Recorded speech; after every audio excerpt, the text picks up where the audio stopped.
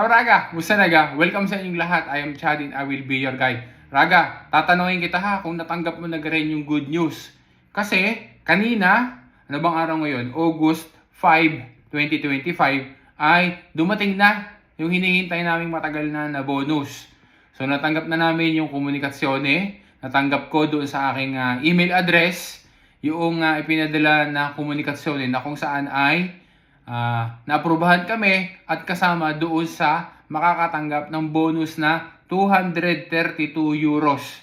Kung ano yan Raga, ipapakita ko sa iyo kasi baka ikaw ay entitled din, baka ikaw ay naaprubahan din. So i-check mo yung iyong email kasi baka pinadalhan ka na rin nila ng komunikasyon Okay, ipapakita ko sa iyo at i-explain ko sa iyo, i-detalyin ko sa iyo kung ano ga yung bonus na 232 euros na yan na sila ay nag-aviso doon sa email address na inilagay nung ikaw ay nag-apply, nung ikaw ay nag-envia ng dumanda. Doon sa email address na inilagay mo doon matatanggap yung komunikasyon na gaya ng natanggap ko sa bonus na are. I-explain ko rin sa iyo yung sabi doon sa email kasi baka merong parte doon na hindi maging malinaw sa iyo. So, i-discuss ko sa iyo kung ano yung bonus na iyan, kung kailan hanggang pwedeng gamitin, kung hanggang kailan pwedeng gamitin, at saka kung kailan ka magsisimula kasi may darating ulit na komunikasyon para alam mo kung paano yung gagamitin at saka ano yung iyong dapat na ikaw konserba.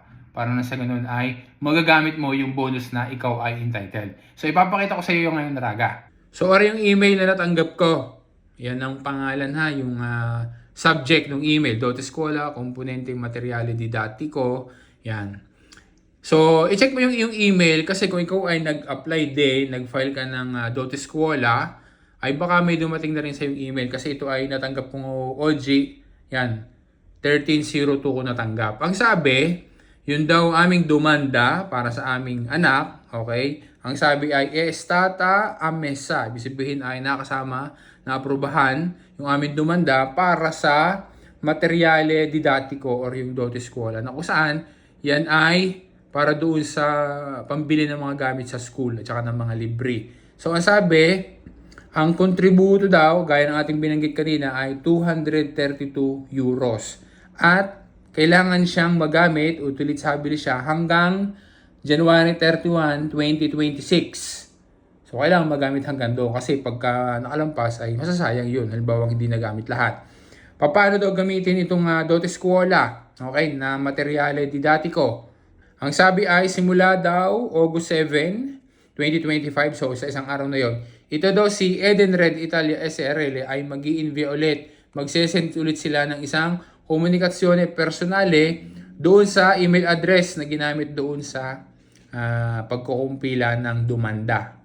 Na nakalagay doon sa email ay ang instructions kung paano gagamitin at saka yung sinabi ko sa iyo kanina na Codice Dote Scuola na kailangan na i-conserva daw kung kura, iingatan para magagamit yung Dote Scuola. So, i-check mo yung iyong email kasi baka meron ka nang natanggap na ganyan na email tapos ang nakalagay doon din ay amesa.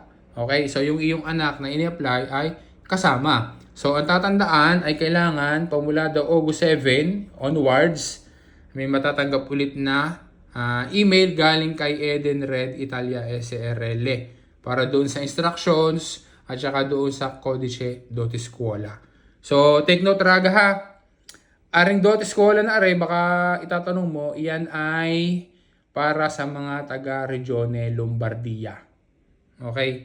Ito ay galing sa Regione Lombardia. Kaya, kung ikaw ay hindi taga-Regione Lombardia, purtroppo, ay hindi ka makakatanggap ng ganyan. So, maaaring iba ang proseso at iba ang tawag doon sa ibinibigay ng iyong regione na kinabibilangan para sa mga gamit sa school o kaya ay pambili ng libre ng mga bata sa eskwela.